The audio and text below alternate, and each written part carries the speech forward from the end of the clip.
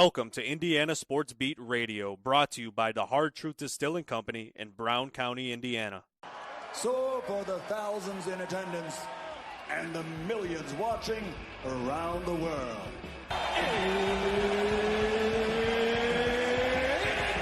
time! 3 on the way. Oh! NYM! And Indiana wins the ball game! And that's the bottom line because Stone Cold said so. Know your role and shut your mouth. You jabroni. Float game for the win. Tyrese. The terror. Don't you open your mouth about that. You talk them through the Rolex wearing, diamond ring wearing, gift dealer, wheeling dealing, limousine light, jet flying, son of a gun. Taylor's gone. Jonathan Taylor. Goodbye, touchdown, Indy.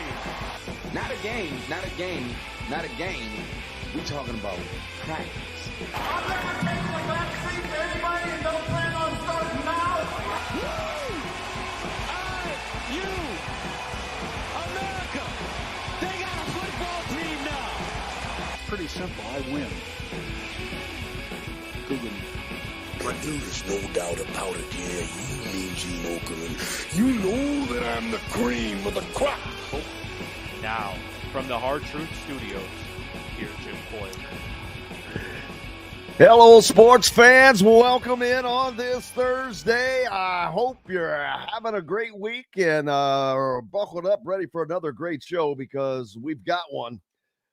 Pat Graham. No, I almost said that. Pat Knight will join us. I can't get the two Pats separated. They were at school at the same time, and both Pats are friends. But Pat Knight will bring the Marian Knights into Simon Scott Assembly Hall on Friday, and he joins us here today to talk about returning to the Hall. Another night in the Hall. There you go. How about that? Bob Kravitz also on the docket, as well as Coach Griffith and Chris Denari. Pacers, how about that win last night in overtime over the Celtics? Probably the best team in the NBA. So a great sign for Indiana, the Pacers. And we've got plenty to talk about. The World Series comes to a crashing in finally after a home run derby broke out. Man, the Dodgers cannot be denied, down 5-0. They staged the biggest game World Series clinching comeback win after being down 5-0 in that game. And they storm back and they win the series in the Bronx. So the Dodgers are your champions. We're going to talk about the college football playoff bracket. I had an opportunity yesterday, was the first meeting. Well, not really the first, but a meeting with the executive director of the college football playoffs, Rich Clark. And we were a lot of talking about how the setup is, the teams that are going to get to host on site, they have the option of, say, moving it to an NFL stadium if there's one close by, or they think that they could do bigger. I'm not suggesting that would be the case for Indiana because it would not. You would hold the game on campus. And I think there's no one that would move it off of campus, to be honest with you. Appreciate everybody joining us no matter where and how you're listening. If you're on YouTube, make sure you hit the subscribe button and notifications toggle and the like button as well. But if you're on one of our great affiliates down in Evansville on the river, 97.7 ESPN, always the right call. Up in Hammond, Chicago on 12:30 a.m., 104.7 FM, the voice of the region, WJOB, and Fort Wayne's only sports station, 1380, The Fan. Keep it tuned right here to all these stations as the content continues to roll after Indiana Sports Beat rolls off. But we've got a ton coming at you, so make sure you stick around for it today. Like I said, Coach Griffith will be with us, Bob Kravitz, Chris Denari, and Pat Knight. looking forward to talking to Pat. Haven't gotten to talk to him since Indiana played Kansas last year. Or it was the year before. No, this was in Vegas when Indiana played Arizona. Pat joined Dean Garrett and me on the post-game show. And I think that was the first time Pat had done Indiana media since, when he left. So fortunate to have him back on again. And looking forward to that. Pat's a great guy. And congratulations to him on getting that job there at Marian under Steve Downing, another former IU guy. The thumbprint of Indiana basketball around the state, this is no surprise, but it continues to just be imprinted more if you think about it. The coach at Indiana, of course, is an IU guy. The coach at Marian, of course, is an IU guy. The coach at Ball State is an IU guy. So you've got that going for you. There's an assistant coach, AJ Moye at Valpo, is an IU guy. Of course, I'm drawing a Micah Shrewsbury at Notre Dame is not an IU guy, but he's an Indiana guy. Matt Painter is a state of Indiana person. It's crazy. No outsiders. No outsiders allowed. But looking forward to talking to Chris on that Pacers game last night. Very exciting. Goes down to the wire. Pascal Siakam had 29 points and hit what became the game-winning three-pointer with 6.1 seconds to go in overtime to save the Pacers in a 135-132 win that they led by as many as 24 points. I looked up and they were up 22 and was trying, you're going back and forth between the World Series. And so I let my attention be taken away, and someone said something. I looked up and I'm like, you've got to be kidding me. They're down. They are only up 2. That's a problem. I understand in the NBA big leads can disappear quickly, but you cannot allow a 22-point lead evaporate in the final 5 minutes of a ball game. That's a problem. There you go. Our guy Sharon down there at Jeffersonville, very likely to win the state title this year. Another IU guy. Great. Thanks for pointing that out, Tyrone. Great friend of the show for Sharon. So looking forward to having him back on as well. So, but yeah, lots going on. Lots of ins and outs, lots of facets. We'll hear from the discussion that I had with Rich Clark yesterday. As a matter of fact, I may sneak that in right now. And I asked for everyone because I'm curious, this brand bias, it's a real thing. What's on your jersey matters. And I use Notre Dame as an example, as you'll hear. Let's just go ahead and listen to my question and the answer that was given by, this is Rich Clark, the executive director of the college football playoffs. Hey guys, Jim Coyle with Indiana Sports Beat Radio in Bloomington. Rich, you talked about making this more inclusive, especially, and right now the college football is seeing a parity that is unprecedented. And of course, I spent a lot of time covering Indiana. They're one of the big stories this year, but there has always been a bias, it seems, towards what's on a team's jersey.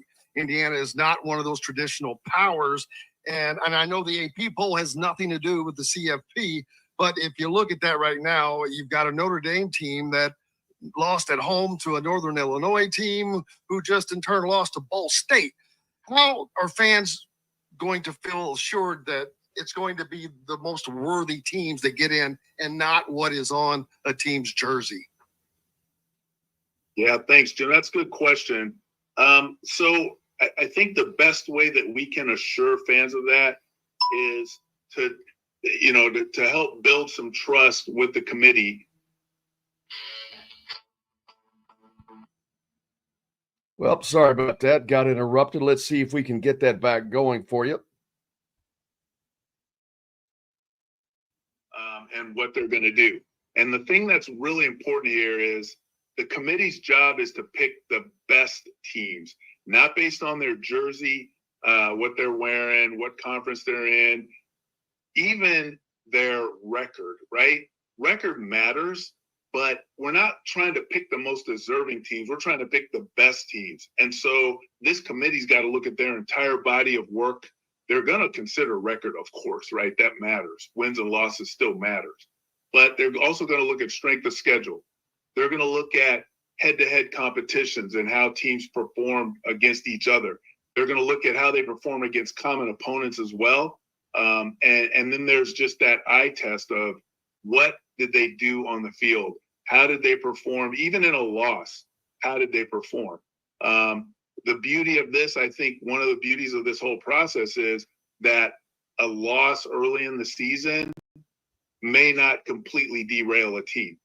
Maybe it'll change their seeding, maybe it'll change their ranking, but it doesn't completely derail them. So I think what fans have to know is that the committee is going to look at the entire body of work, not just record. Doesn't matter what conference they're coming from, because it's really hard to compare one conference, a team in one conference to a team in another because they don't have common opponents. But that strength of schedule metric is really sophisticated. And it not only looks at what your opponent's records are, but it looks at what your opponent's records are so that it can come up with a way to evaluate the actual strength of schedule. And that goes into the mix. So I think fans just need to know that our committee is sophisticated. They have a very complex amount of data to look through, and that's the science of this, but there's also the art of it. And they are an unbiased group that's just trying to pick the best teams.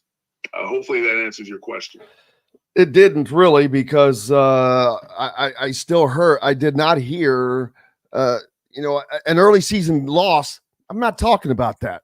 I'm talking about a loss to a team like Northern Illinois who lost to Ball State. That's what I'm talking about. That's a big difference between an early season loss to, say, LSU or, a much higher stature team. I'm talking about losing at home to Northern Illinois, who just lost to Ball State. That is what I'm talking about. That loss cannot be erased, in my opinion. But my opinion is just that, my opinion. Lots more coming up here on the program. Coach Griffith joins us next. We'll continue that discussion on the other side as Coach joins us when we come back from these messages. This segment is brought to you by Hoosier Hanks East. We'll return to the Hard Truth Studios for more with Jim Coyle right after these messages. Indiana Sports Beat Radio is brought to you by the fine folks at the Hard Truth Distilling Company, including Big Woods Restaurants and Quaffon Beers. You can find their great products in your area. If not, ask for Hard Truth. Their great products like their Hard Road Rye, Sweet Mash Bourbon, or the Toasted Coconut Rum. Ask for the Hard Truth. What's up? Oh, you're not in the box yet. He's there we in go. The box. I'm in the box. He's in the box. I am somebody. I got to get that bigger. Nope, that's the wrong one. Good enough. Oh, yeah. Are you using the free version? Yeah, they only give you so many.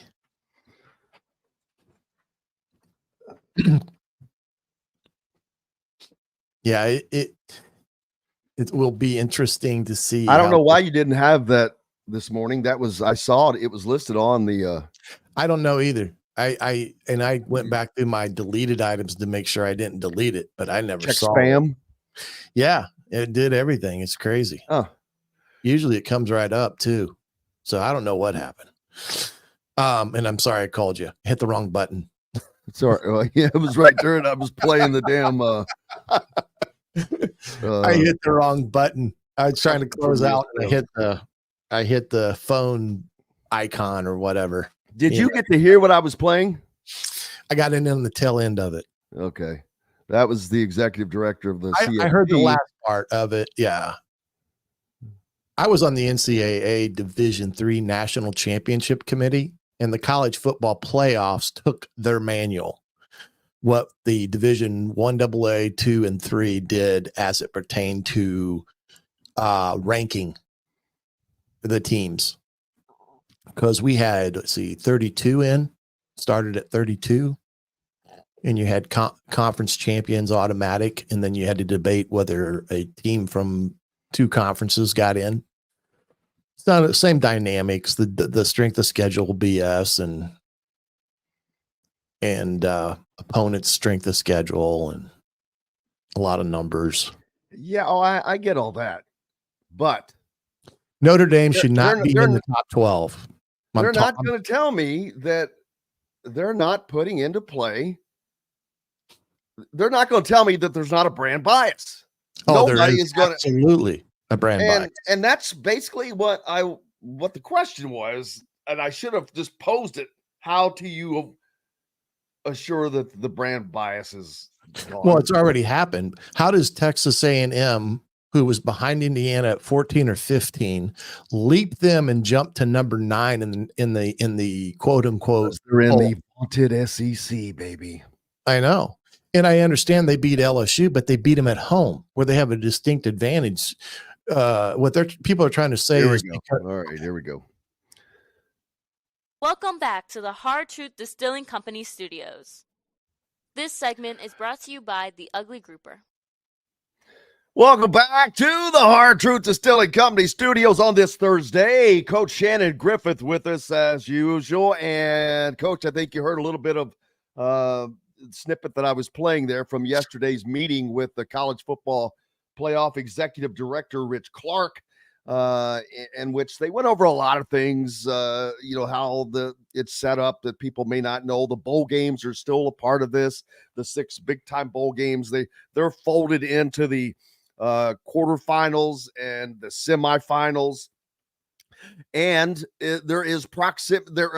They're going to honor the contracts that certain conferences have, like with the Rose Bowl, for instance. The Rose Bowl will get, because they're a part of that first group of games, is, let's say, the Big Ten champion. If it's Oregon will play in the Rose Bowl. Mm-hmm. Now, and who they play, that's going to be simply determined on the rest of how it plays out. It will have nothing to do with the Big Ten, because now, if you realize, Oregon's part of the Big Ten, so they would be actually the Big Ten representative into for the Rose Bowl at the same time. So it's killing 2 birds with 1 stone. Then it just kind of if there are like 3 bowls that don't have tie-ins. Fiesta Bowl, I don't think they have a tie-in, for example, and they go by proximity. So so that's how that's going to work. Big 12 will probably tie into the Fiesta Bowl because the majority are in that middle Midwest, or however you want to call it. Indiana now, they head to East Lansing this weekend. This is the last game before the college football playoff poll does come out, which is next Tuesday. Looking forward to that. And, there has been already, we've seen brand bias against Indiana. It sure sounds like I'm crying over some sour grapes here, but I don't think, I think that I'm being realistic, because I look at these numbers every day. I'm studying these stats. Indiana is in every stinking category that you can fathom. It's blowing my mind. I'm looking something up. I'm like, damn, they're up here too. Every category. When I saw that they were even in the top 4 of net punting, I'm like, I give up. I'm like, they're only punted 15 times, but when they do it well. Yep. So it's going to be difficult because a 10-2 Ohio State team, I see still getting into the CFP. There's no such thing as a 10-2 Indiana team getting into the CFP. I've been back and forth on the 11-1. If they lose to Ohio State, everyone's still going to say, well, who did you beat? because you won't have beaten a single ranked team all year long. Yeah. I mean, in some ways, it's the perfect storm, because if you did the blind test and you put a team up that listed all the teams that were undefeated and all the teams that were 1 loss and 2 loss, you would say all the teams that are undefeated that are there that nobody knows who they are your 1 through whatever. Okay. And when you pulled it back and you found out that Indiana is in front of A&M, LSU, Ohio State, and I mean, you could go down the list and they're ready to be up in arms. Why is Indiana ahead of all these teams? Well, because they're 8-0. They're top in the country on a multitude of things. They've beat Nebraska and Washington. And while nobody at the beginning of the season thought Nebraska and Washington both would have 3 losses, but they thought those 2 games were going to be the most important games to determine whether Indiana was going to be good or not. Now, all of a sudden, Nebraska's not any good. Well, Ohio State's had to score with 6 minutes left in the 4th quarter to beat them. That matters when you look at commonalities. Indiana blew out Nebraska. Ohio State struggled. Why is Ohio State ahead of Indiana in any poll? And people are going to say, well, because it's Ohio State. Well, to clarify, what is Ohio State? It's the brand. It's the brand. And I'm not saying that's wrong. I'm not saying it's a cheat. I am. It's damn sure wrong. No, I get you. But what I'm trying to get to is that for every argument, people are going to argue why Indiana shouldn't be. You could argue against the team that you think should, in terms like Ohio State, Notre Dame, whatever. Notre Dame lost in Northern Illinois. They should not be in the top 12. I know they had 1 good win against Texas A&M. That doesn't preclude them from not being in the top 12 at the end of the year. But right this moment, that's really the only team they have beaten. Now they're going to say, well, they beat ranked teams. Give me a break. Navy, Army, and I'm sorry, don't count, in my opinion, because there's another scenario of quote unquote brand awareness aspect of things. Notre Dame has gotten away with many years of scheduling these scheduled that they get, and they do not play any top opponents, and they essentially have to go undefeated to get in.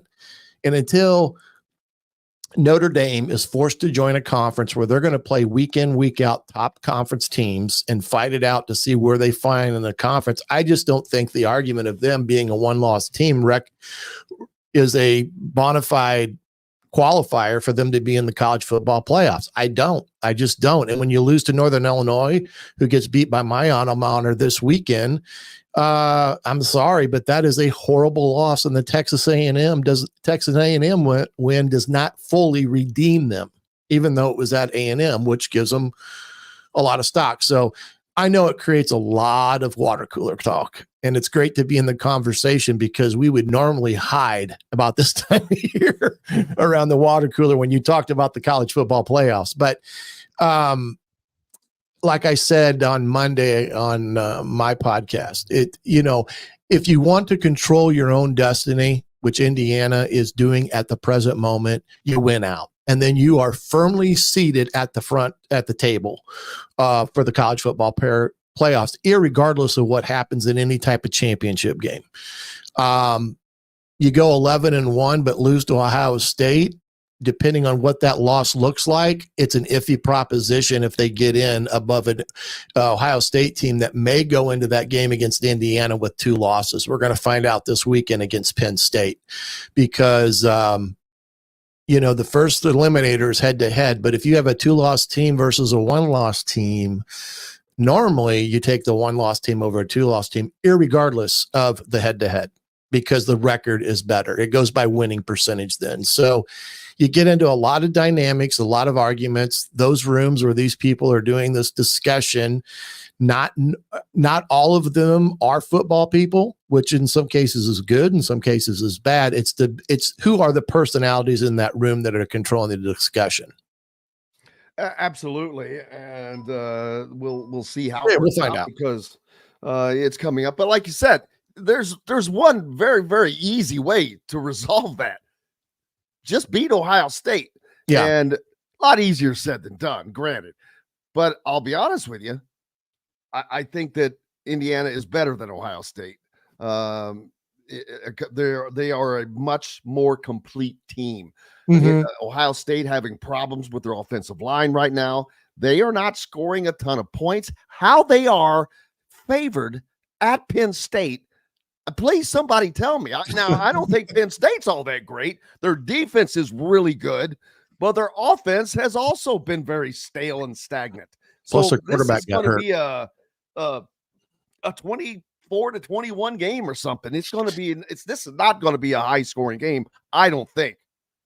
Well, it all depends on Penn State's quarterback because he got hurt at Wisconsin, if memory serves me correct. And I don't think he played in that second half all that much. They had their backup in, so they may be facing a little bit what Indiana faced a week ago in terms of how Ohio State's in front of them. Ohio State's a funny team to look at because you look at them and they've got all these 4 stars, 5 stars, and this and that, and they haven't played a very overall complete game. They botched the Oregon game in some respects in terms of clock management. I'm not quite sure what to think of them, but it will be interesting to see how all this. Joel Klatt, who, again, he's seen IU with his own eyes. He's seen Ohio State with his own eyes. And he's basically said, the AP poll is nothing but a bunch of, well, you can fill in the rest. BS is what he said, because there is the same thing that you're saying. There's a brand awareness in the minds of those media people, and especially the ones that are in the South or in the East or West, that they're pushing their own agendas with their opponent, the teams that they are covering from those different areas. So again, snapshot in time will happen Tuesday. That doesn't mean that will be the final snapshot. It'll be great to have this conversation when we're playing Ohio State if Indiana walks in there undefeated and Ohio State has maybe 2 losses, because that will be the key component. Because at least at that time, you got to think if Indiana walks into Ohio State undefeated, that irregardless of what may or may not happen there, the thing of it is that Indiana almost has a game in hand in that regard, because of you think they're going to finish 11-1, and therefore it's going to get messy at the end of the year anyway, with some of these dynamics that we're all facing with tiebreakers and all the things that you get into. So it's only going to be an argument to expand it to 16. Well, yeah. But there's a gigantic game this weekend. Oh, man. And Ohio State. So right there, that's going to, if Ohio State takes a loss, they're in grave danger. Oh, yeah. To me, they're done. But that's me. Oh, no. If they beat Indiana, if they lose to Penn State, but beat Indiana, yeah, that's true. They will be in the college football playoffs. Yep. Mark that down. Well, here's another thing, too, that, Indiana's going to this game this weekend against Michigan State. Childs, the quarterback for Michigan State, makes defensive coordinators very nervous because of what he can do, throwing the ball and running it. And Indiana, being that they're a pressure team, they're going to have to do something to cage him in, because if he gets loose on them, it's a problem.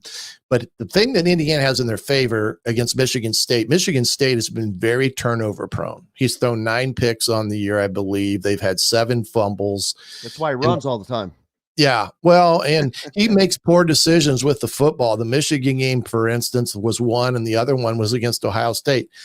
But understand this, they are 3-1 at home this year. They pounded Iowa. Now, Iowa kept them out of the end zone where they had to kick 4 field goals inside the 20.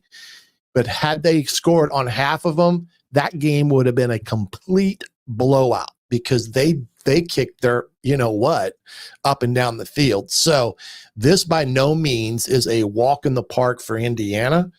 Michigan State is one of those teams, if they get hot, they can be very scary. But they also have a tendency to stumble over themselves, but they are definitely a much better home team than they are on the road, because on the road they've only had one win. Well, and I'd say most teams are, but that's not the case for everybody. No. I mean, actually, Indiana, I think some of Indiana's numbers are higher on the road, which is crazy. No, I get you. But that's the dynamics of it all. And that's why it's great to talk about the playoffs, but man, oh man, you got to take care of business. And the only way to do that is control your own destiny and win. Penn State, Ohio State. What are your thoughts on that game? It's in Happy Valley. Penn State also having a quarterback, Drew Allar. Is he back? Is he out? I don't know. I haven't seen anything officially being thrown around, and James Franklin is a very, very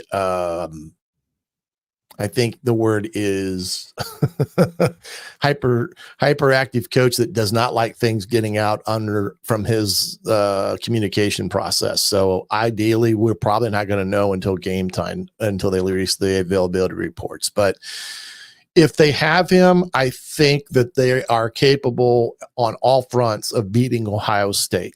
If they don't have him, I don't know. It'll depend on Penn State's defense, which is playing very good football right now. I mean, they're the ones that kept him in the game at Wisconsin and gave him a chance to win with some key turnovers, and I think they had a pick 6 as well. And they're playing very good football. That is the strength of their team and an offense that can beat you up. So, just Ohio State is just so hard to read this year, and I just don't know. They just don't jump off the screen at you as consistently as they have in the past when you've watched them. It's like, oh my God, nobody will stop them, but this year, just like, I don't know what it is. It's just a weird dynamic. Ryan Day got out of the play calling business. He turned that over to Chip Kelly. I'm sorry. And if you watch his antics on the sideline, I believe his blood pressure is up all the time now. He goes ballistic on the sideline. You can tell he's under a lot of pressure at Ohio State because just the way he acts on the sideline. You can tell he's overly animated, and that's not Ryan Day. All this talk about Indiana's schedule. Well, my question would be, who the hell has Penn State beat? Yeah, okay, they beat Illinois 21-7, who got throttled by Oregon in the first half alone. Penn State beats UCLA 27-11 at home. They have to go to overtime to beat USC. These are bottom dwelling, not Illinois, but USC, UCLA, bottom dwellers in the conference. I think with the way your schedule's this much better, it's not enough better that I'm like, what's the deal, guys? Yeah, and that's what I said. If you did a blind draw and you put everybody's statistics next to each other, Indiana would be ahead of a lot of people. But because they're Indiana and they don't have the storied tradition and history in football that some of these other teams do, they're always going to be fighting an uphill battle when it comes to notoriety in the mainstream media of college sports. Now, they're getting that because it's a fascinating story and what Coach Cignetti has done. At the end of the day, though, it's almost like, wait a minute, you're not welcome at the big table yet. Sit over there at the kids' table. Even though you're, where you're at, it's still not breaking into some of these storied tradition programs that in some respects monopolizes the air in the room, like Notre Dame does. And like, Michigan would, if they were in the position better than they are, in Ohio State and Penn State and some of these teams. I mean, look at Oregon. They're really good. Really good. And it's almost like people wonder why they're number one over Georgia, and Georgia's got one loss. So it's going to be interesting. Indiana just has to go win, baby. And it's great that it seems that Curtis Rourke is coming back, and that makes things a lot better. And, this is where Cignetti earns his money. The noise is happening on the outside about Indiana. There's talk about college playoffs. There's talk about how they're getting screwed in the rankings and things of that nature. And he will block that out of the room come hell or high water, because he's not about that stuff. He is about the process, and he's about the hard truth, baby. That's right. He does not, and he keeps the chip on the kid's shoulder. You see it each and every week, the way they play, and he will continue that all the way up until the end of the season, and then he'll decide whether or not it's appropriate for him to discuss the college football playoffs. But he will not even give it any air, and he will make sure the kids don't give it any air. There's Coach Griffith. You'll hear him again. Well, you can also hear him with Hoosier at Hoosier Tailgate. Make sure you go there. I believe that's tonight. Yep, tonight, 7:30, we'll go through the Michigan State scouting report, and I get scared when I watch their tape because this quarterback makes me nervous, but we'll talk about it tonight. Probably going to be a closer game than people think, but we shall see. But make sure you join us Saturday after the game for the Hard Truth Indiana Football Postgame Show with Coach Griffith and myself. You got it. We'll see what are the special guests we may be able to come up with. You never know. Appreciate you, brother. All right, partner. We'll see you. Have a great rest of the day. You as well. Lots more coming up here from the Hard Truth Distilling Company Studios, brought to you by the Fresh Fork right after this. This segment is brought to you by the Fresh Fork in Bloomington. We'll return to the Hard Truth Studios for more with Jim Coyle right after these messages.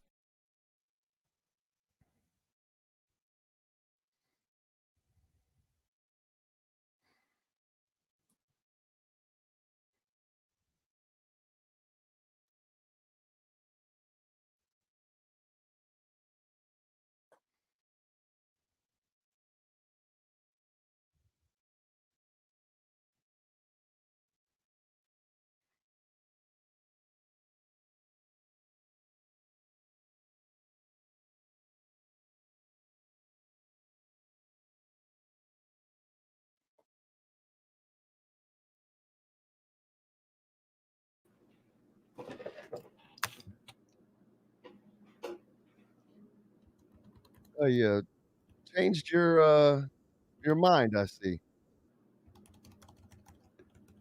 Hey, Jim. Hey, brother. Hey, I got like 10 minutes. Okay. Okay. Sorry about that. I got to go to a doctor's appointment. Yeah, I figured you'd be on the road. Yeah, I try to do this through my phone and it wouldn't work right. So here I am. I'm sorry. No problem. Yeah, I got to get going by about 25 after. Yeah, it was weird. I tried to use my phone and it did not work correctly. Well, you know, those flip phones aren't good for this Flip phones, yes. The Andrew Luck Peyton Manning flip phone. Ah. They still use those in TV shows all the time. It cracks me up. I'm like, dude, who are you fooling? Nobody uses a stinking flip phone now, especially when you're some undercover agent in a foreign country. Andrew Luck does. Crazy. We'll talk Colts change. Oh, yeah. Got a little quarterback issues. 38. Oh. 40 seconds. Okay.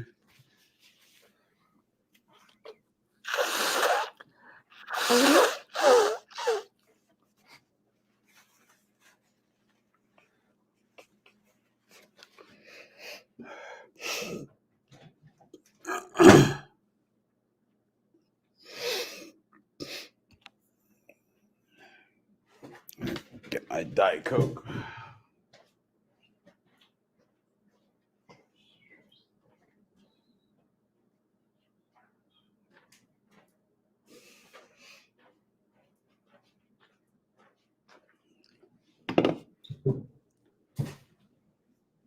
Welcome back to the Hard Truth Distilling Company Studios. This segment is brought to you by RE/MAX Advanced Realty, Indie Homes, Pro Teams by Cheryl Sizemore. Welcome back to the Hard Truth Distilling Company studios on this Thursday, an action-packed day. Bob Kravitz from bobkravitz.com joins me, and Bob, there's a ton going on that we could talk about, but we're going to start with the Colts, and they got quarterback problems again. I don't think there's a franchise in the NFL that has. They're heading towards Cleveland Browns territory. Quarterbacks fiascos, man. Oh, Cleveland Browns, that lasted 20 years. This hasn't stopped. No, but it's only been since Andrew Luck retired. So it's only been 5 or 6 years. The way I look at it, it seems like 20. I know. The way I look at it, though, is this is karma. This is somebody's getting back at us for 20 plus years of elite quarterbacking with Peyton Manning and Andrew Luck. Now we got to find out how the rest of the world lives.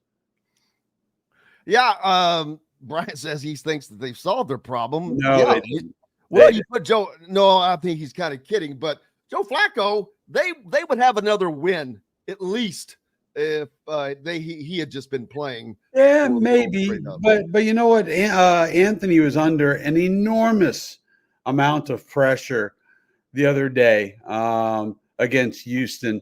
And how would Joe Flacco have stood up to all that pressure? I mean, there were 9 quarterback hits, 5 sacks, could have been 10 sacks if Anthony didn't move as well as he does. So I don't know that I buy that necessarily, but okay. He never gets tired, even at 39. In fact, at 25 minutes after the hour, because I got to go, I'm going to do this. All right. But for those of you that can't see, Bob tapping out. But I feel like the Colts tapped out on Anthony Richardson. But how do you not after what he? How do you? What do you mean? How does he not? Leader, man. He's the 4th pick in the draft. He's played only have to send a message. Games. He's played a full game only 5 times. Look, this is starting to sound like a Colts problem for making this selection, to be honest with you. Well, somebody failed miserably here, whether it was Ballard in selecting him or whether it was Steichen in trying to develop him. This is on the Colts. It's like when you hire somebody for a job, if they don't do the job well, often that's a reflection on the person who hired them because they weren't prepared to handle what's required in the job. And so, look, if Anthony fails, I don't put it on Anthony. Look, he screwed up by tapping out. That was a terrible mistake. Not getting out of bounds late in the game, I think it's a lack of experience. But I'm not ready to give up on this guy, and I hope the Colts aren't either. I just think that this is going to be a constant churning of you're going to spend 3 years trying to get a guy to be something that you probably could have gotten not completely through the draft. Obviously, most guys take some learning, some experience, but he is not. I think this is a failure, and I don't think it's going to not be anything other than a failure. And then, so that it's only been 5 or 6 years, then it turns into 8, and now you're looking at a complete decade over failed, miserable decisions. Well, look, if Anthony doesn't work out, that's a reflection on Steichen and Ballard. They had the fourth pick in the draft. They could have taken Will Levis, who's obviously no better. But so, I mean, there weren't a lot of options out there. I mean, Stroud and Bryce Young went before Anthony did. The thing is that Anthony is 22 years old. He played 13 games in college. He's got no experience, and they're throwing him in there. They handed him the job last year over Gardner Minshew, and he showed flashes last year. Has he showed him this year? No, he hasn't. But it's only been a couple of games, for God's sake. I mean, it's been less than half a season. He's played 10 games total in the NFL, 5 of which he finished. It's way too early to make a decision like this. Way too early, in my view. I don't disagree with that, but I think it was way too early to make the decision they made to begin with, and now they're just hoping, praying to whatever they can pray to that they get out of this, because they're going to look like the Cleveland Browns if they're not careful. But yeah, that's not the case. Indiana has some better fortunate quarterback, as it appears that they're going to have Curtis Work back. There's nothing that's been announced, but the winds are blowing in that direction, which means I'm assuming that obviously he's not completely healthy, but he's healthy enough that he can play. And you could tell by watching the offense last week, not that Taven Jackson did a bad job, but that offense was not as fluid. It did not. No. They punted more times in that game than they have at any time. Hell, I think they punted more times in the first half than they have in many games. But there were just so many times where they were not getting those sustained drives that they normally get under Curtis Rourke. No, I mean, look, Curtis is a real deal. He's the guy. It's just funny to me that Indiana wins a game by 13, 14 points against, a decent Washington team that was in the finals last year.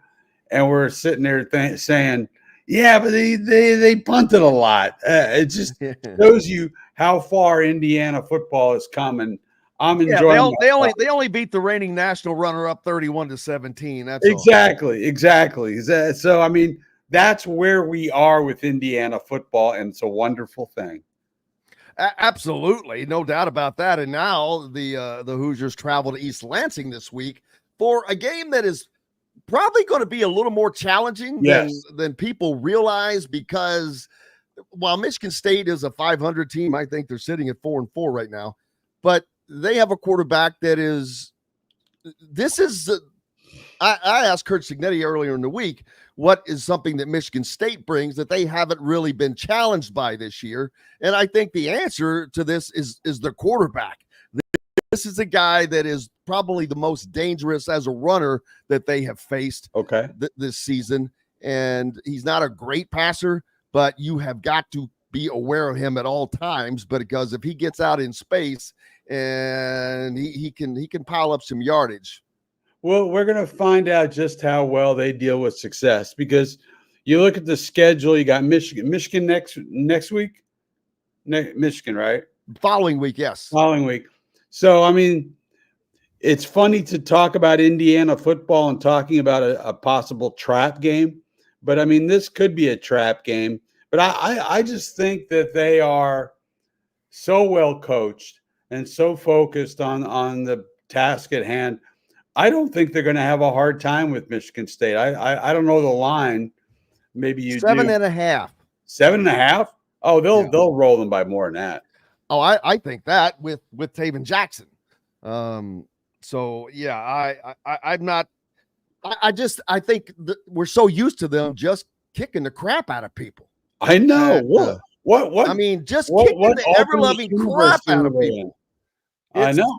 It's a crazy time, but I've been on, like you do. I do a lot of other people's shows, and the question I keep getting is this a flash in the pan? And I'm like, are you out of your mind? No, it's not like he had this influx of 5-star talent that came in and he's winning with. He's doing this with guys that nobody wanted. So no, it's not a flash in the pan. Wait till he. What was the stat you told me the other day about 0-star guys? 44 roster players that had 0 stars coming out of high school. 44. That's coaching. Exactly. And so what the hell is it going to be like when he does have those 5- and 4-star players on that roster? Right. And if they continue to win the way they are, that's going to come. It's always a chicken and egg proposition when it comes to getting quality players in, but they've shown they can win with talent that isn't all that great, not great natural talent, but they've coached the hell out of them. And boy, they don't make too many mistakes. I mean, they made a couple the other day. I thought Taven was just okay, but boy, they just don't beat themselves very often. And when they do, have turnover issues like they did against Maryland, they still find a way to kick butt.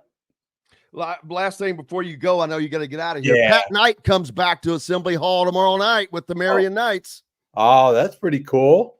I played in a golf tournament with him just not so long ago. Anyway, I don't know if he's a good golfer or not.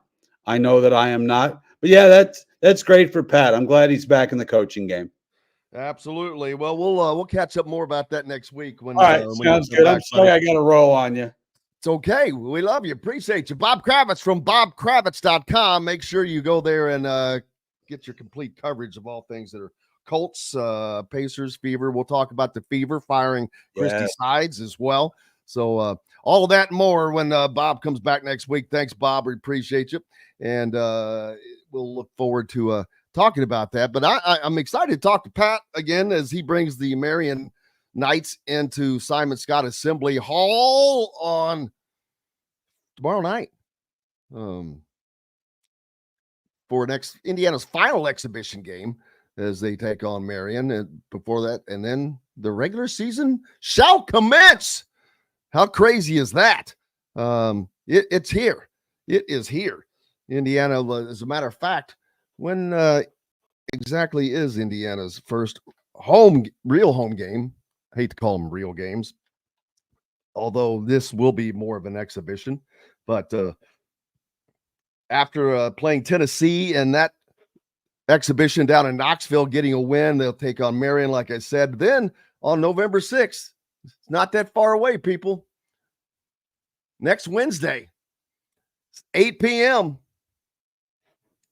Southern Illinois. No, is that what that is? Who is SIUE? Then Eastern Illinois, then South Carolina comes in, and UNC Greensboro, all in the month of November before Indiana heads off to the battle for Atlantis at the end of the month, Thanksgiving. That is going to be a true test for that basketball squad. They will take on the Louisville Cardinals to start things off, and Louisville is loaded with 13 new players.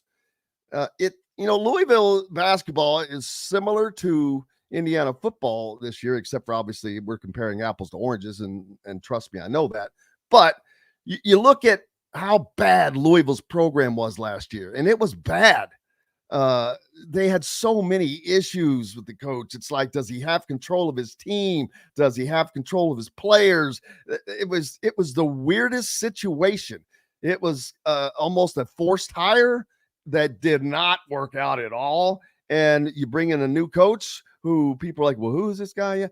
Well, he's loaded this team up. And he's got a good squad for the Cardinals. So that's going to be a stern test. If they can get by them, Gonzaga waits. And it's going to be a great test for this Indiana team early on, as they'll get to play at least 3 games, I believe, down in the Bahamas before coming back home for a run of home games that will involve Sam Houston, then Miami of Ohio, then open up Big Ten play at home December 9th against Minnesota before traveling to Lincoln, Nebraska, and try to break that streak against the Cornhuskers. I cannot believe that I'm saying that, but that is the case. But I'm sure that they'll do that. Lots to get to today. Marcelino McCrary Ball signed with the Jets, former Indiana football player as well. And there are so many IU athletes right now on. You've got Mackenzie Mbako on the Julius Erving Award watch list. Umar Ballo on the Naismith Player of the Year watch list. I think the Big Ten preseason first team as well. Miles Rice is on the Bob Cousy watch list. Yarden Garzon is on the Cheryl Miller watch list. And I think Jim Coyle's on the TSA watch list. That might be the only watch list I can get on right now. But we'll see. We've got lots more coming up here on the program as Chris Denari will join us to talk about the Pacers' big win over the Celtics last night up in Gainbridge Fieldhouse. And Pat Knight will join us as the Marian Knights come to Simon Scott Assembly Hall on Friday. Lots more coming up from the Hard Truth Distilling Company studios right after this break. This segment is brought to you by Bubba's 33. We'll return to the Hard Truth Studios for more with Jim Coyle right after these messages.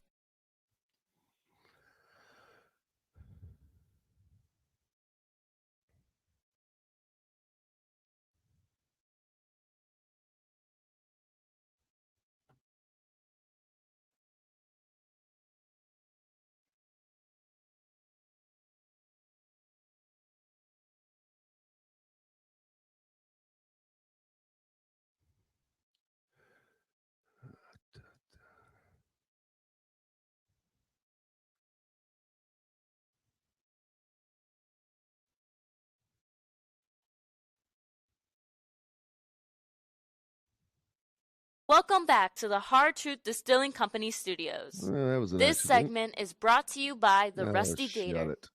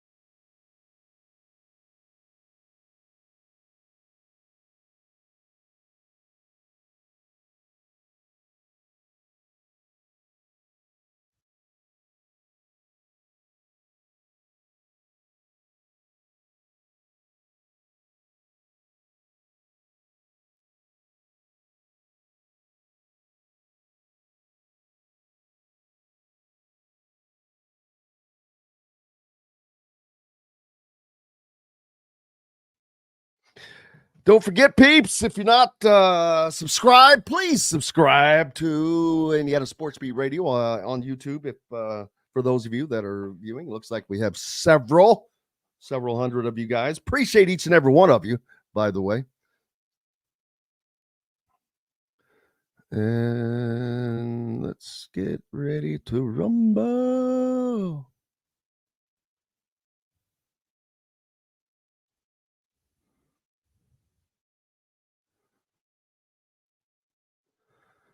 Hit the notifications toggle and the like button, please.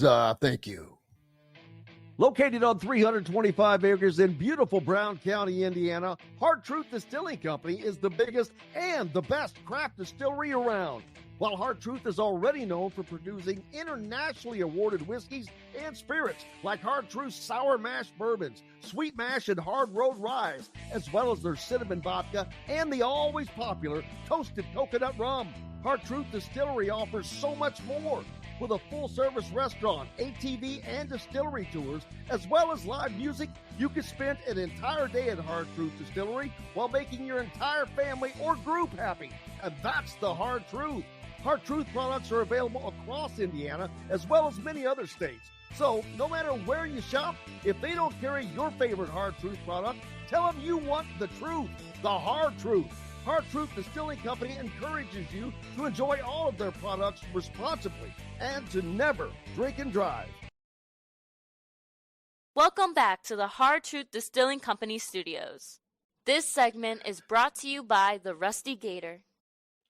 Welcome back. Indiana Sports Beat Radio coming to you from the Hard Truth Distilling Company Studios on this Thursday. Thank you so much for being with us. Another big weekend coming up.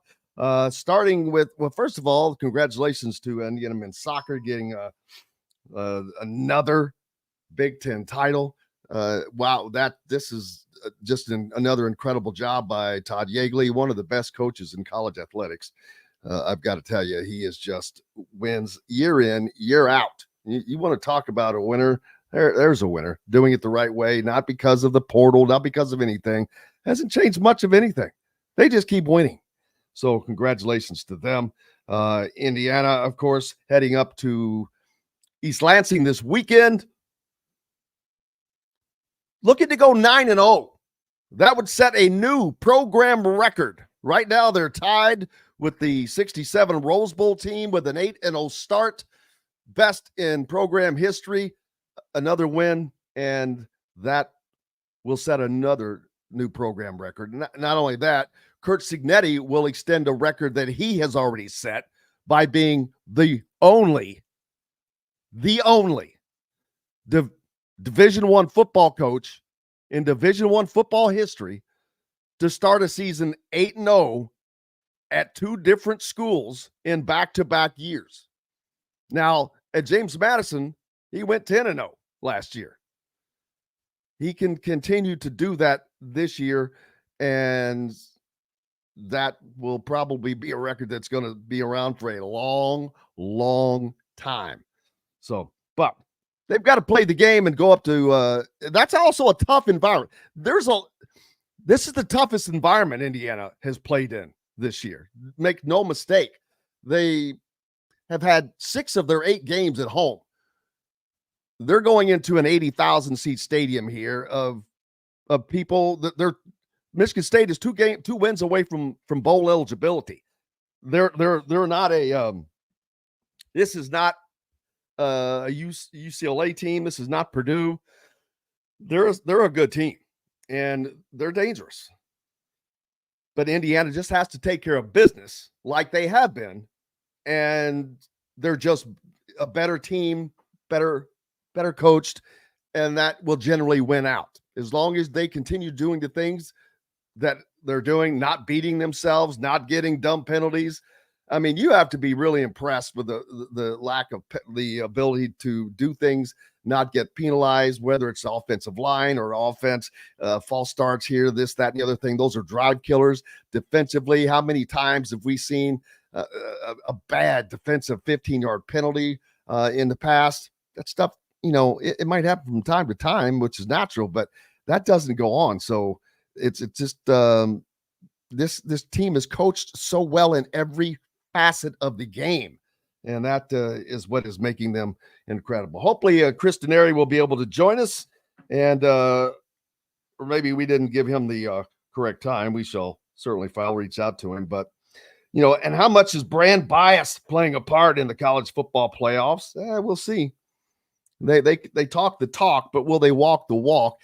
I think that Indiana is an enigma to the college football playoff committee.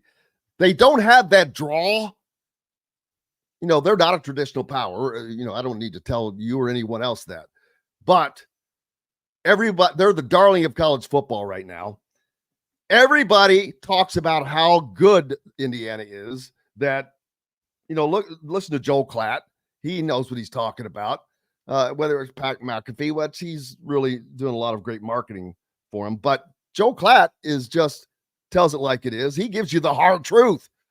It is the hard truth. And Indiana is still there's no way any other 8-0 team that has a top 7 defense, has basically in a tie with Miami as the highest scoring team in the country. They have a quarterback who's the most efficient in the country. They are blowing every category. They are in every category. But yet they just sit there at 13th, and you've got 7 teams that have a loss in front of them. One of those being Notre Dame, who lost at home to Northern Illinois. Get out of here. Get out of here with that. But that's why they play the games. Absolutely. As we look forward to Indiana's season continuing. If they can get past that Michigan State weekend, which, I think that they do. Of course, Curtis Rourke, nothing has been said for certain. I don't think that there will be until even on the availability report. It's going to be interesting to see how they list him. I don't know what the least is. I guess he could be listed as available. That doesn't mean he's going to play. But Indiana's a precarious team too, because I don't think that they need close wins right now. even if it's with their backup, unfortunately, they need to continue to send the message they've been sending. They shouldn't have to do that. No one else has to do that. I mean, Ohio State nearly, had a catastrophic result against Nebraska last week at home in the shoe with 100,000 people, a week after Indiana with half as many people in a stadium obliterated Nebraska, shut them down, and put 56 on them. But there was no carryover. That didn't affect voters' opinions very much. So we'll see. If where is a good question. Michael asking I don't know if that was to me or not, but if I had a vote in the AP top 25, that is a good question. Let me, because I believe Indiana's better than, say, Ohio State right now. That is just a belief from, using last week's result is part of that. They have a loss. Now they lost the game they probably shouldn't have, because that was time management. They kind of got screwed a little bit with the defensive call that didn't get made. But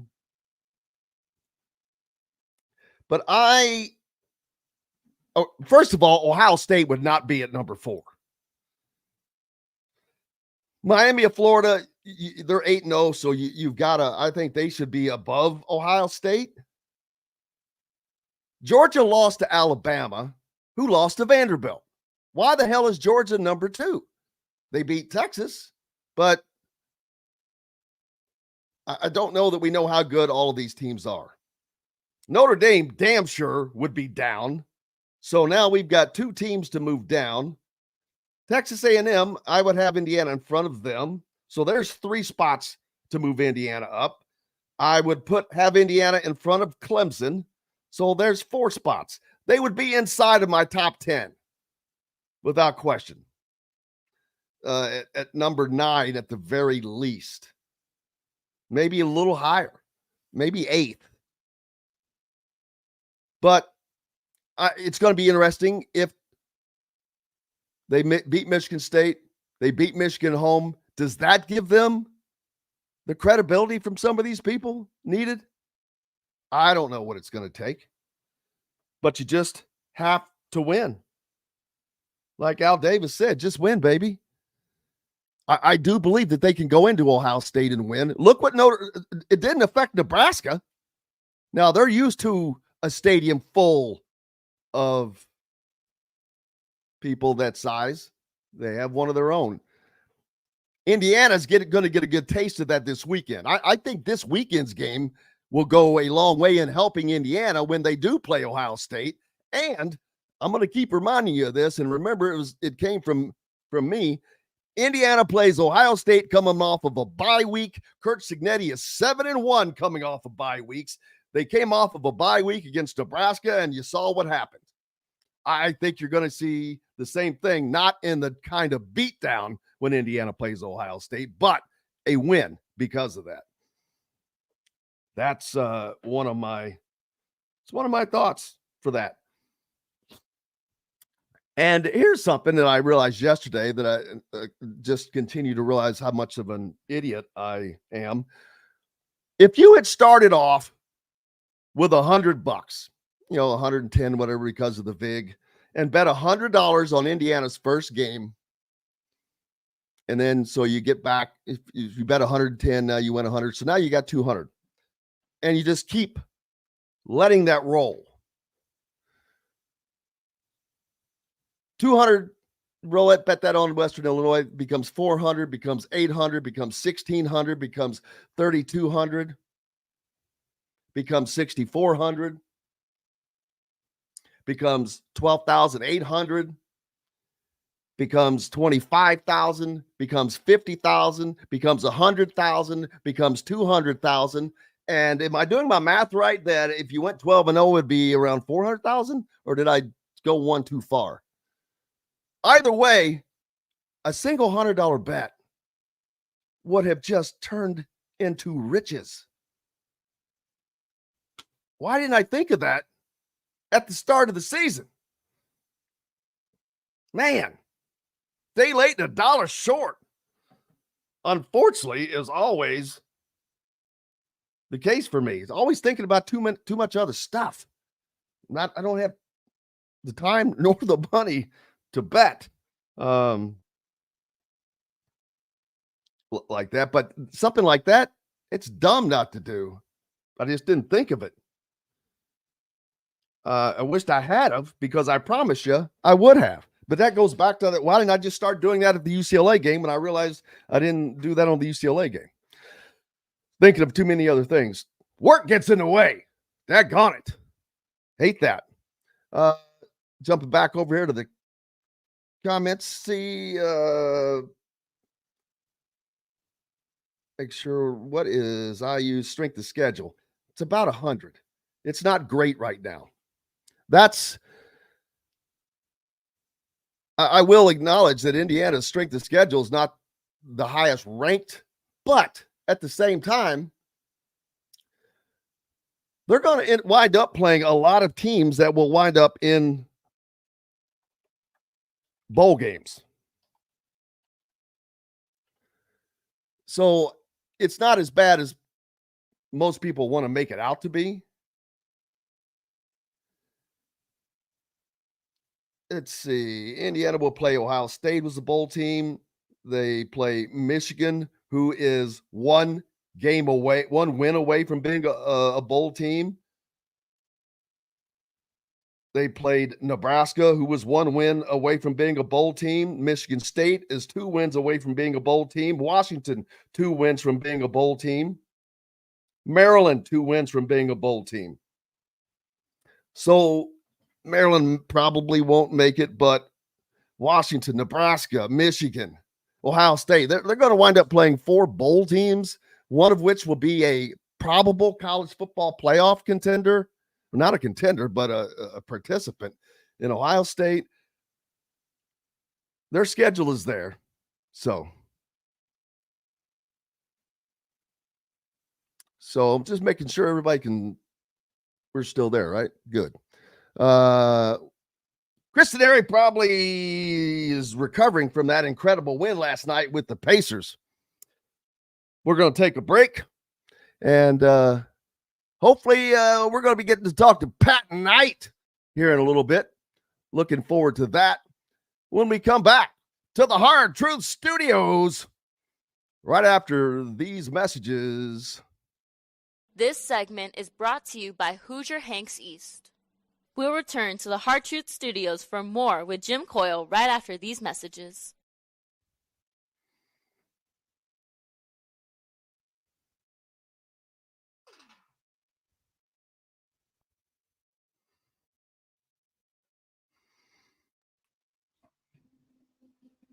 Hey, Chris. Yeah.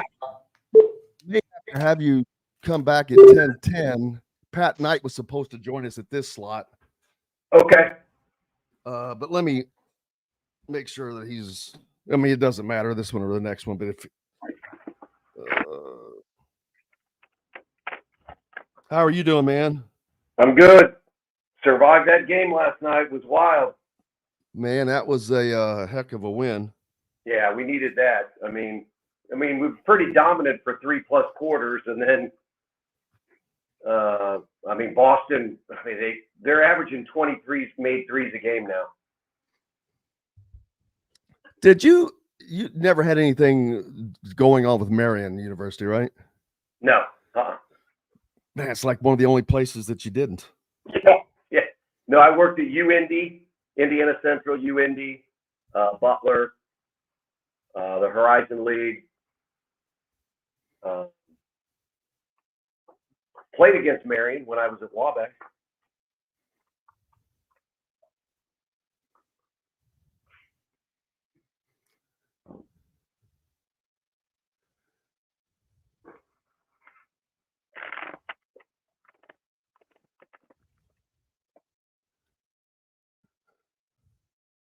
Do you know Pat?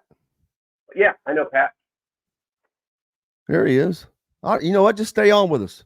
Okay. Let's see.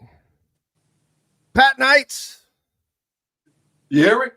You betcha, brother. How are you? I'm good. How you doing? Could not be better. Chris Denari's with us as well, if that's all right. Oh, he's an old friend. I have no problem with that. That's right. Perfect.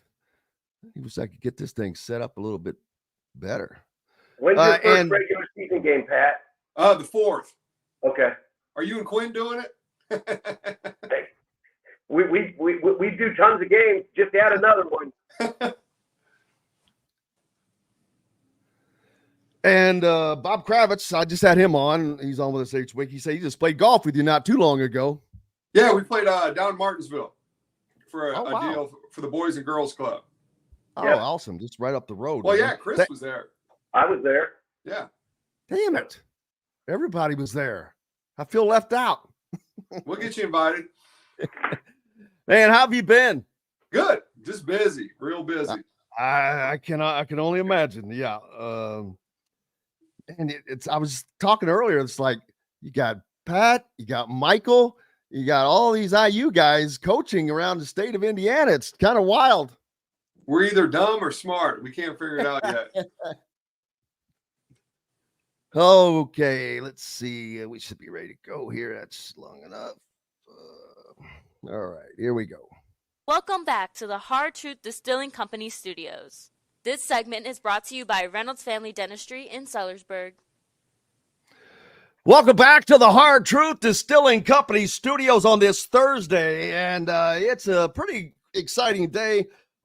Great a friend of the show, Pat Knight, joins us now, the head coach at Marian University. Also, Chris Denari from the Pacers joining us, says they had a great win last night. Pat hoping he can shock the world and come into Simon Scott Assembly Hall tomorrow night and get a win. But Pat, first of all, thank you so much. Great to see you. Haven't seen you since Indiana played Kansas, or played Arizona out in Vegas with you and Dean last year. So how are you? Thank you again, brother. No, everything's good. Been kind of a whirlwind, the last six months getting the program together. But no, everything's good. Had to move from Las Vegas on top of that. But everything I think is pretty much settled, and we open up officially on the 4th. So everything's good now. Marion, Las Vegas, it's all the same, right? Oh yeah. Great casinos in Indianapolis. There's no difference. The weather, is the same. Everything's just the same as Las Vegas. What's the poster behind you? It looks awesome. It looks like a movie poster. Oh, it's Junior Bonner and Steve McQueen. Oh man, yeah, that's my favorite movie. No kidding. Yeah. It's a classic. Yeah, absolutely. It reminds me of one of the old good ones like HUD or some of the other great ones, man. That you don't, Chris, we're people like me and Pat, we're dumb. When we're younger, we don't know how to appreciate that kind of stuff, or at least I didn't until I get older. Now I'm like, oh my God, how did I miss out on all these great movies and whatnot? But that's incredible. Chris Denari with us from the Pacers, and I know you guys get to see each other occasionally as well, Chris. Yeah, I mean, think about it. Pat worked for the Pacers as a scout for the last number of years, so I know he will, and he watches these games intently, Pat, because if you think about it, when you're out in Vegas, out on the West Coast, somebody like Benedict Mathurin, who went for 30 points and 11 rebounds last night, I mean, you're very dialed in on what a lot of these young Pacers have done, aren't you? Yeah, because fortunately, what was it, 10 years, involved, helping with the roster and watching these guys. And, people don't understand with the scouts, we probably see 3 to 5 games a week on top of all the film we have to watch. And so it's kind of nice watching these guys because I'd either seen them in person or studied on tape. And so I have kind of like you said, a vested interest in the team right now because, I just left a few months ago. And so it's really fun kind of watching these guys gel together, and because I know all about them. I know stuff that people don't know just from all the intel we'd have to get. And actually, I got some of the intel books still on my shelf just, to help kind of with our recruiting and everything, how to get information. But yeah, so I kind of know this roster pretty good right now with the Pacers. And spending as much time as you have being a scout, and that's a completely different thing from coaching, but what a great piece to add to the knowledge for a coach. I mean, not many coaches get to add 10 years of pro scouting to their resume and to their book of what they can use in game coaching. How much has that helped you? Well, first, most of them are smart. If they do get to 10 years, they stay in the scouting. They don't get back into the coaching. But really, it's just, I'm kind of talking this over with my assistants, just the intel. I think we get too carried away when we're coaching. You see a kid at an AU event or a high school game, just have a great game. Oh, we need it. There's a lot that goes into it, especially in the NBA. I learned with us being in a small market, you have to find the right fit. And, I think that's the problem now with the transfer portal. A lot of these kids aren't a good fit. You still see it in the NBA. Some kids get drafted by the wrong team. But to me, is just learning about how to gather the information, the intel, paying attention to the things off the court more. And I've tried to express that to my staff when we do recruiting. When it was really nice when Carlisle took over, he sat down with all the scouts and we were able to pepper them with questions like, what do you want? And so I've kind of done that with my staff. Like, this is what I want in a player. If they don't have it, don't mess with them. And that's kind of what happened with us with the Pacers. There's some attributes that Carlisle wanted. And if the guys didn't have it, we would not, really look at drafting them or bring them in as free agents. And so I think I've learned just to be more selective, make sure the player fits what I want, fits my system. And so, yeah, I can't, the 10 years I got with them have just been vital just for me as a recruiting standpoint and putting a team together. Chris, that sounds like the Pacers are like right now, they've got a lot of good pieces that are seemingly the right fit for what they're trying to get done, especially last night. They get a big win in overtime over the Celtics. Yeah, they made it a little bit more interesting than it needed to be. They were pretty dominant against, the best team in the NBA last night for the better part of 3.5 quarters. But Boston's a champion. They've been in the Eastern Conference Finals 6 of the last 8 years, won the title last year. And really, last night's game was a little bit like game 1 in the Eastern Conference Finals last year when the Pacers had the lead, and then Boston fought back, hit a 3 to force overtime, and then Indiana lost. Last night, it looked like Boston was going to steal one. They trailed by 24 in the second half. They trailed by 21 in the fourth, and then you could just see White and Brown and Tatum and all those guys that are so good. But in the end, I give a lot of credit to the Pacers because the momentum had shifted to Boston going into overtime, and their ability to make some shots. Halliburton hit one to start overtime. Siakam hit the game winner.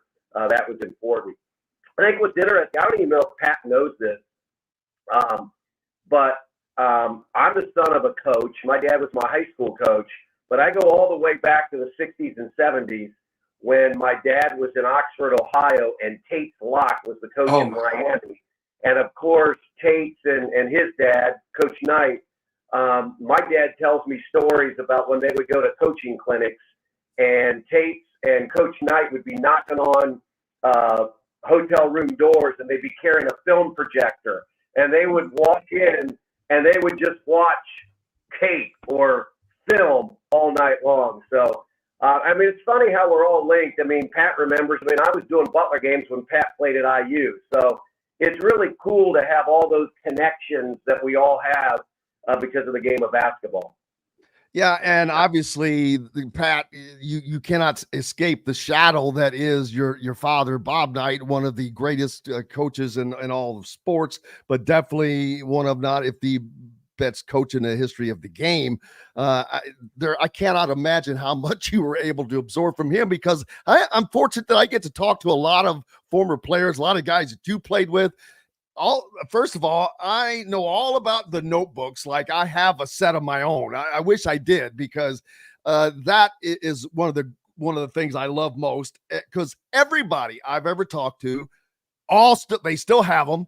they know exactly where they are. They use them. And I'm talking about from their playing days, people. This was a PhD in basketball. It's what you got when you left 4 years of playing with Bob Knight. I know you don't do the same things like that, but that teaching style, is that something that you've tried to bring with you? Oh no, we have notebooks. Every team I've had has notebooks. So boom. And my dad always did note cards. I still do the note cards in my pocket, even during games. But all my guys got notebooks. I actually keep a notebook now from when I got into coaching. That was one of the things my dad told me. He was like, hey, keep a notebook on ideas. And so if you and I've kept it because I've been out of it 10 years. So I've been I got, 3 of them on my desk now. And I think they're split up like coaching, team, and life. And then another one's just separate for like offense, defense kind of deals. But it's just stuff he told me right when I got went back to coach with him at Indiana. He was like, hey, it's just going to be like when you played. I would keep a notebook on stuff that you think can help you from a coaching aspect. And so even when I got done playing for him, I got notebooks now that I use from a coaching aspect. But no, my players have them. We got yellow notebooks.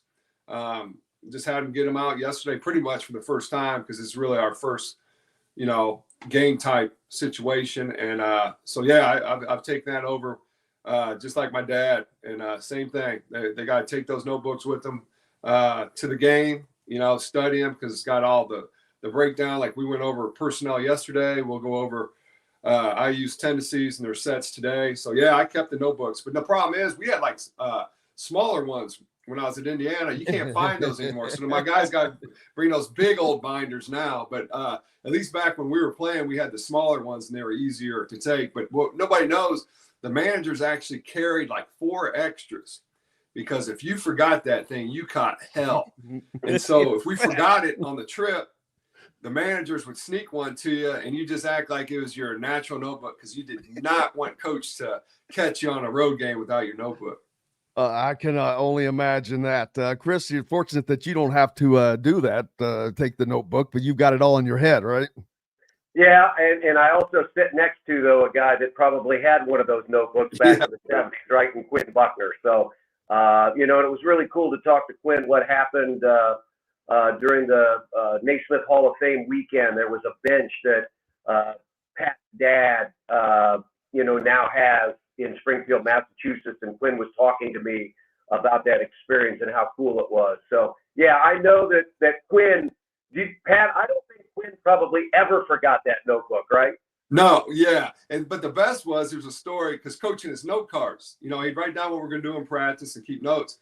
And so coach's note was kind of sticking out of his back pocket. So Quinn, just the one practice, kept on going up behind and trying to figure out what was next. So, hey, can we conserve our energy or what? And this kept going on and on during the practice. And then coach realized it. And Quinn would somehow bump up next to him behind and, kind of move the card up to see what was next. Well, they said coach figured it out. And on the bottom, he wrote, F you on it. So Quinn has no idea that coach knows what he's doing. And finally, Quinn gets that card moved up and there it says F you. And Quinn was like, oh man, he caught me. So that's rumor. I don't know if that's true or not, but that's one of the stories with Buckner trying to figure some things out. Chris, you'll have to confirm that or not. Yeah. But here's a sound that probably sounds familiar or sounded familiar.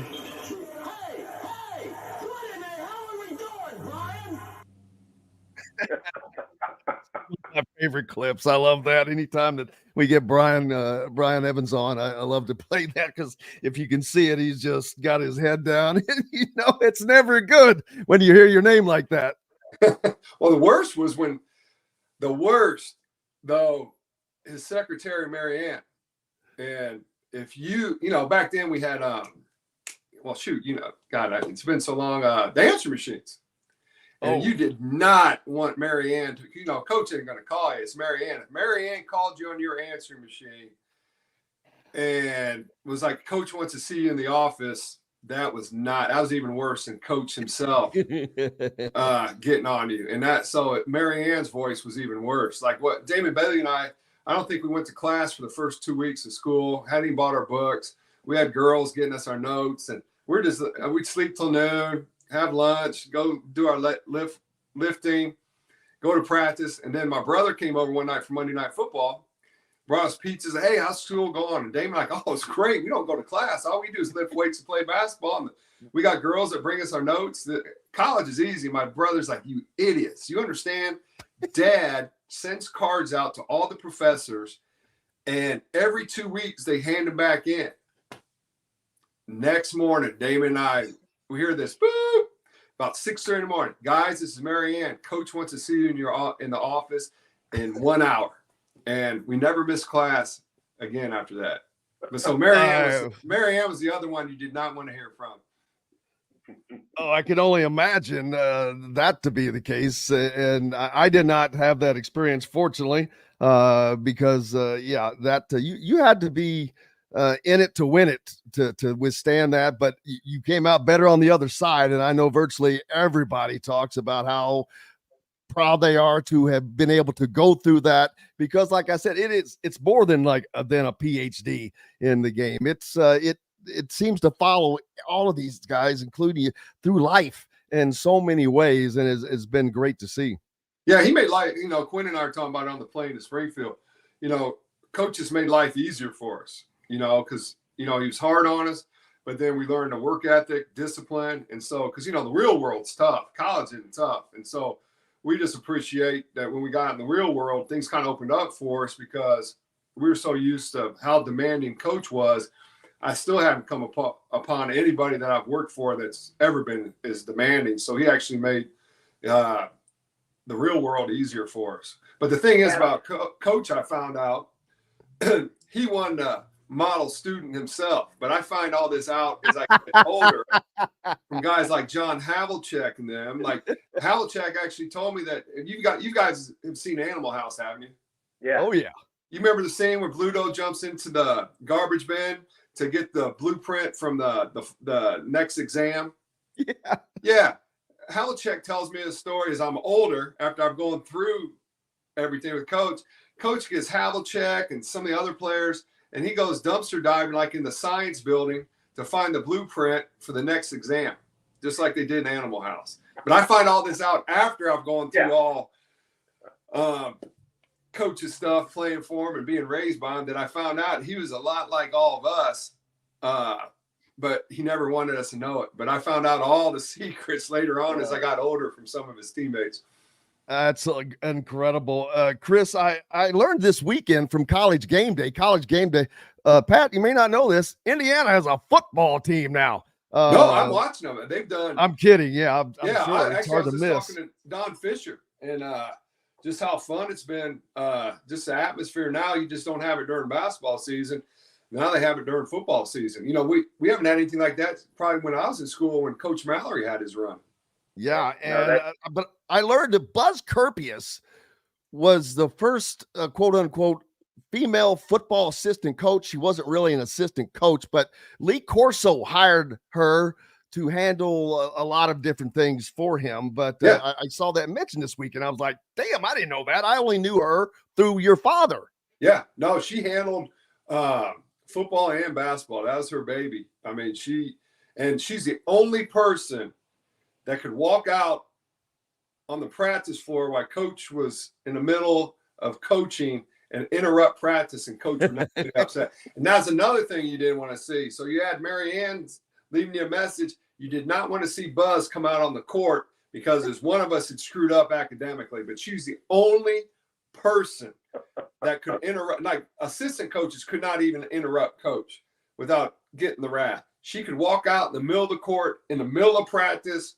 Coach could be in the middle of talking, and she could interrupt them with no problem. And she had carte blanche over all that. So she was pretty much kind of in the same boat with my dad as she had with Corso. She had a lot of power, but she really, she helped all of us get through academically. But what people don't know is she was also kind of like a mother figure. We could kind of vent about coach, to her and some of the other things we were going through. And so a lot of times she'd just have us come over and we were fine grade wise, but she just wanted to check on us to see how we were, just from a really, back then they didn't talk about it, but really check on our mental health, really to see how everything was going with school and everything. So she was a huge part of the basketball program also.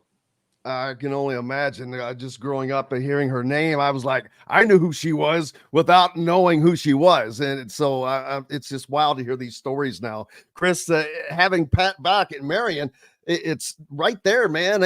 You can coach a game and then jump over to Gainbridge Fieldhouse and catch a Pacers games on certain days. Oh, yeah. That's why I wanted to ask you, Pat, is you're back in Indiana. There's so much great basketball. I don't think people understand at the NAIA level, at the Division II level, just how good the basketball is. I mean, your conference, with St. Francis and Indiana Wesleyan and all those teams, there are so many talented players that you're going to play that you have on your team, but that you're going to play against this year. Yeah, and that's one of the reasons I got back in this league. I wanted to go to a good league. Two of the better players, one transferred to Colorado and one went to Boise State Albert League. My best player got offered, I won't name the school, but got offered $100,000 to leave, and he's going to stay, but he's going to get a medical red shirt, and he's already talking to Division I schools have reached out to him, and he'll leave me next year, hopefully, and get up to Division I level. And so even our coaches in the Crossroads Leagues talked about it during our coaches meetings we had, just about how now Division I starting to sniff around our league and getting kids in the transfer portal. But, it's great. I think it's great. Some coaches don't like it, but I think it's great. So I'm handling it like the G League. I'm telling my guys, I'm going after kids because the portal's really screwed up high school kids recruiting. And nobody wants to develop anybody anymore because they may lose them. So let's go to the portal. So my take is I'll develop them and help them move on. Get paid, get NIL. I'm not going to give it to you, but I'll help you move on to Division I. So I've actually started, I signed a couple kids when I got the job that were invited walk-ons to Division I programs. And I was like, hey, come to me. I'll give you a full ride, and I'll help you get to Division I in a couple of years. And so I'm kind of taking the G League approach just because, it's just the way it is. It's sad it's come to this with the portal and how the NIL is, but if you don't go with the flow and buy in, you'll get left behind. So that's how good the basketball is at our level, that we have kids now leaving the Crossroads League, to go up, getting paid NIL and playing Division I basketball.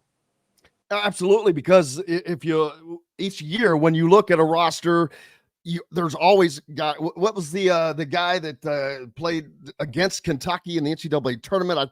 Goki, Steph Curry Goki. That guy kept calling him. He knocked down like 1,000. He was like Todd Leary against Duke in that game when he would just knocking threes down.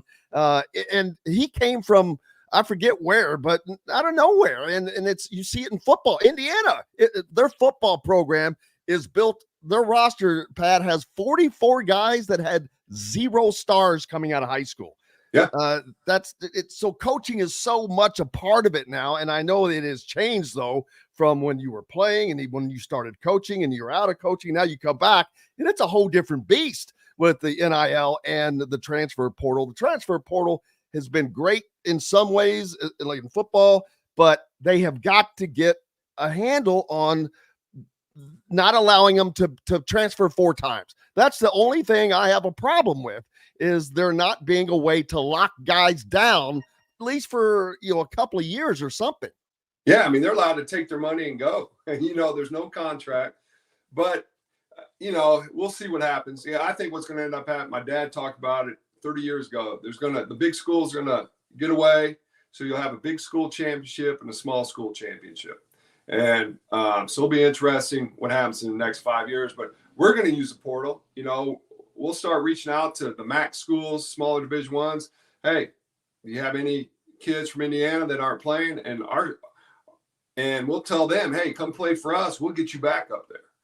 Chris, you're not going in the portal, are you? Who? Me? You? Yeah. No, I'm not in the portal. No, I'm perfectly happy. He's happy where he's at. And earlier, I was talking about all the Indiana guys that are in coaching here in the state. You're the latest. And you're under Steve Downing, another big name for in the tenure of IU basketball. But you've got Michael Lewis up at Ball State. AJ Moye is assistant at Valpo. Of course, Mike Woodson at Indiana. Then you've got Cheney and Jordan Hall's on that staff. Sharon Wilkerson doing an incredible job down at Jeffersonville, possibly going to win a state title this year. That team is coached so damn well, and he has such reverence for your dad. A lot of people they think they're just stuck on certain memories. That's not how it is. He has nothing but reverence, and he talks about how much he learned from his time there and how much he uses it. And you can tell because those Red Devils, they're coached very well. Well, no, I brought Sharon down with me down at Lamar to be on my staff. And then I coached Sharon, my first head coaching job in the minor leagues. I brought Sharon on my team as a player. And so, people don't realize when Sharon had to lead the team, that's probably the hardest decision my dad had to make. And it wasn't just Sharon's fault. It was kind of just what the atmosphere at the time that was going on with college athletics. But my dad loved Sharon. I mean, you talk about not just from a player standpoint, his personality, his demeanor was the perfect prototype to play underneath my dad. And what people don't understand, we kept close tabs on Sharon. I was close to Sharon as teammates, but my dad kept close tabs on him and see where he went, how he was doing. And then when I got my first head job, I got him to come play for me, and he was a starter for me and had a great season, ended up getting a pro contract overseas. And so it wasn't like he left Indiana and coach forgot about him. Coach was, kept tabs on him. Then, Sharon got to spend time with coach when we were at Lamar. My dad would come down, watch practice, go to games. And then my dad has a big, used to have this big golf outing. We were going to Scotland, Ireland, all these places. And Sharon got to go on one of those with us. And so coach always had a place in his heart for Sharon. And I still do. He's still one of my guys, but it doesn't surprise me what he's done at Jeffersonville. And because Sharon's always about discipline and playing hard, because that's the way he was. And it wasn't just he got it from my dad. Sharon already had that in him when he got recruited at IU. I'm sure if you ask, Coach Dockage, about it, those are the things they probably liked about him when they recruited him, just how tough he was, how hard he worked. And so he's always had it in it, but I think my dad probably helped bring some of that out. But Sharon needs a little credit. That's one of the reasons he got recruited at IU. He's one of the most incredible humans that I know. And I truly, as a human, I just have nothing but the greatest respect for him. He's one of the people I respect more than many people that I know. He's just a great person. Everything you've said is true and more. And Chris, you've been fortunate to be, even though you're not really a quote unquote IU guy, because you've been so busy doing so many different things, you've been fortunate to, you've got a connection to all these people still, whether it's through your broadcast partner or Pat being a scout for so long, or just being in this basketball area for as long as you have been. Yeah, I mean, that was great for me. My dad is an IU grad. My mom an IU grad as well. My dad went to school with Slick Leonard. So, yeah, I have many, many stories about the days back in Bloomington. And then, having been around, as a sports anchor, the voice of Butler for so many years, absolutely, you're embedded in the game of basketball. I mean, and I was sitting on benches from 5 years old. I mean, I grew up, like Pat, a coach's son, and wanted to be at practice and all those kinds of things. So, yeah, there's nothing I would rather do than what I'm doing today. I think I made the move, though, to go into broadcasting. I sort of saw coaching and thought, maybe I want to do that, but I think I'll go talk about the game instead of coach the game. But I've always wanted to be a part of a team. I've always been the voice of a team. And as Pat knows, I mean, sometimes that's great when your team is winning, and it can really suck when your team is losing. But I just like having that relationship with the players and the coaches, that we're all in it together. And, that's been a big part of my career. Pat, what got you back into coaching?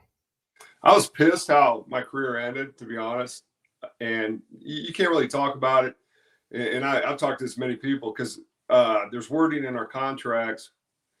You want to get your money, and honestly, don't feel sorry for coaches to get fired. We usually have 2 to 3 years left if you have a good agent. So you get that money, but you don't want to screw up getting your money. If you badmouth the school, president, AD, booster, they can, keep some of your money. So you pretty much have to keep quiet. You don't want to say anything to the media. It kind of looks like sour grapes. I mean, the bottom line is if you win, you're not going to get fired, So you kind of keep your mouth shut. But if you talk to any coach that's going through it, if you're a competitor, we're not really pleased when it happens. And, it's been 10 years now. And so I needed a break. So the Pacers are great. But after 4 or 5 years, you're a competitor. The itch. But I didn't want to go back to being an assistant. I wanted to be a head coach. And I never got to build a team, which really upset me. And so, but then with my dad and his Alzheimer's, I couldn't get back in because, coaching's 24/7. With the Pacers, I was able to make my own schedule, was able to come check on my dad every month, spend weeks with him.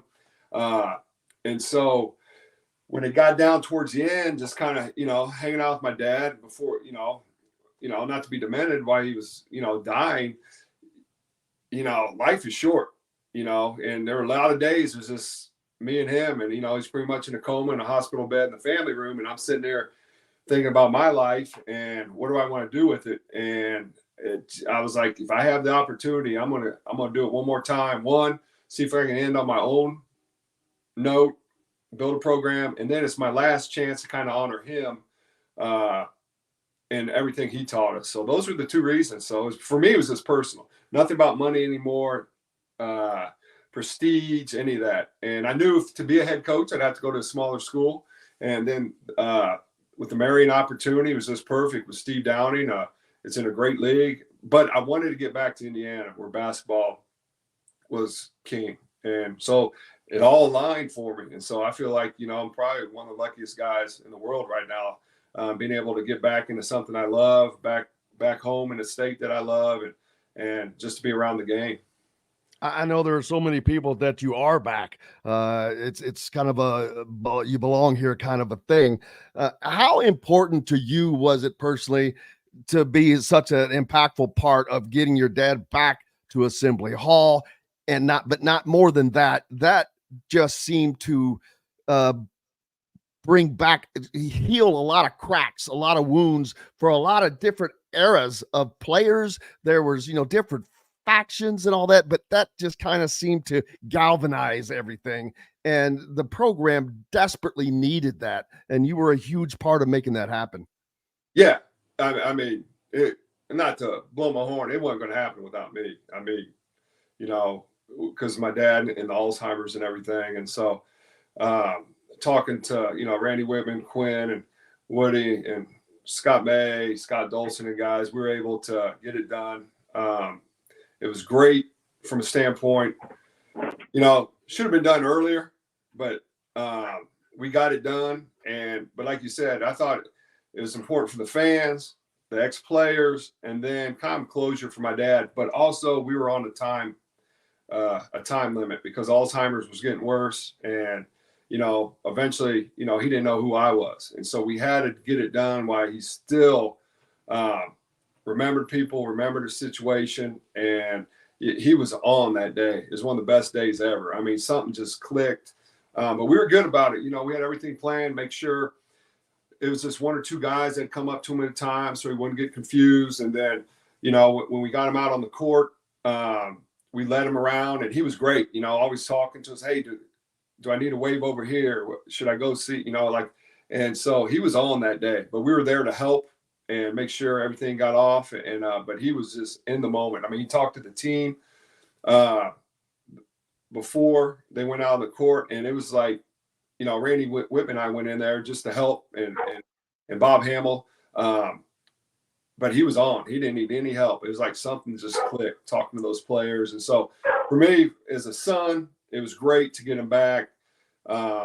And just was a great day. I mean, it was like the old coach, and that's what's weird about that disease. Anybody that's dealt with it, you have good and bad days. And we were fortunate, he had a really good day that day. Well, it was a great day for everyone, I think. And again, no more impactful person than you were in making that happen. That just did a lot for the program. Chris, I can't thank you enough. Again, I know you guys got to get going. I cannot thank both of you for your time today. Pat, I look forward to having you back on now that you're so close. Man.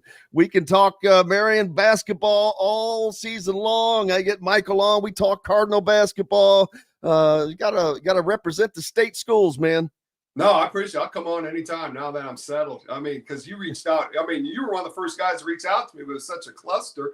People didn't realize I had to move from Las Vegas, and I didn't even get my house on the market for I didn't even go back to my house for 3 months trying to get the program together and everything. So, but now I'm settled in Indianapolis and everything's good. So I look forward to coming back on anytime. Make sure you get up to catch some Marian basketball, people, all year long. It's right up the road, right there in Indianapolis. So, Pat, good luck tomorrow night. We'll see you when you come into Assembly Hall. What's that going to be like coming in as a coach to Simon Scott Assembly Hall? It's going to be exciting, getting back. It's going to suck being on the opposing bench because all I remember of the opposing bench is guys getting their ass whooped. So from that standpoint, I'm not used to that. And I've never been I was in the visitor locker room once. Clem Haskins was recruiting me at Minnesota my senior year, and I actually went over as a recruit. My dad was great. Oh, my goodness. My dad was great. He was like, hey, Coach Haskins, talk to me. He's recruiting you. I have no problem. So I actually spent time in the visitors' locker room before they played Indiana at Assembly Hall. And but that's the only time. I'm used to being on the other end. So it'll be a little strange, but it's going to be great. Got a lot of friends, family going to the game. But for me, it's for my team. They're not going to play in front of a crowd like that all year. They're not going to see that type of size. And it's going to be great for us because we open up on the 4th. But I hope we can do something to help Indiana. We're going to throw everything we can to make them uncomfortable because I want them to get something out of it because they're also getting ready for their season like us. And I just thank Scott Dolson and Woody for playing us. But it's going to be a great experience for my team tomorrow night. Well, Pat, it's been a great experience for us, brother. I appreciate you so much as always, and good luck. And we'll be talking to you soon. I'll see you tomorrow night. All right. Hey, Chris, I miss you guys. So hey, great to see you. Hey, I know I'll get to a game at some point this year. Great to see you. Great seeing you. And hey, like I always said, it's funny, Jim. My wife will not watch a Pacer game unless I have it with Chris and Quinn, because sometimes you go on the visitors. My wife loves Chris and Quinn, and we cannot watch a Pacer game because sometimes you just put it on. It's like if they're playing the Wizards, it's the Wizards broadcast. Right. So I always kid Chris and Quinn that my wife will not watch a Pacer game without those two. So we'll be listening to you guys all year. All right. Thanks to both of you, Chris. Hopefully the Pacers keep rolling. Big win over the Celtics last night, and we'll see you again next week, guys. All right. Okay, sounds good. Good one. Thanks. Thanks both of you. Pat Knight and Chris Denari joining me here on Indiana Sports Beat Radio. We've got to take a really quick break, and we'll be back with more Indiana Sports Beat Radio to close it out right after this. This segment is brought to you by the Fresh Fork in Bloomington. We'll return to the Hard Truth Studios for more with Jim Coyle right after these messages. Okay, Rob, the producer, you should be able to hear this. I'm not going to go 3 minutes. I'm just going to let you add it on because it's going to come up to the end of the segment, and you're going to have to do some editing magic. Went really long on that segment, but it was worth it. So I'm just going to come back right now and play the outro, and then unfortunately you're going to have to figure it out.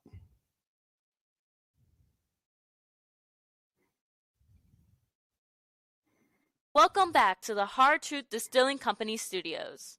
This segment is brought to you by Bubba's 33. Welcome back to the Hard Truth Distilling Company studios. What an incredible day there, talking to Pat Knight, Chris Denari with us as well. That was one of the funnest interviews we've had here. Pat is just great. Brings his Marian team into the Simon Scott Assembly Hall tomorrow night.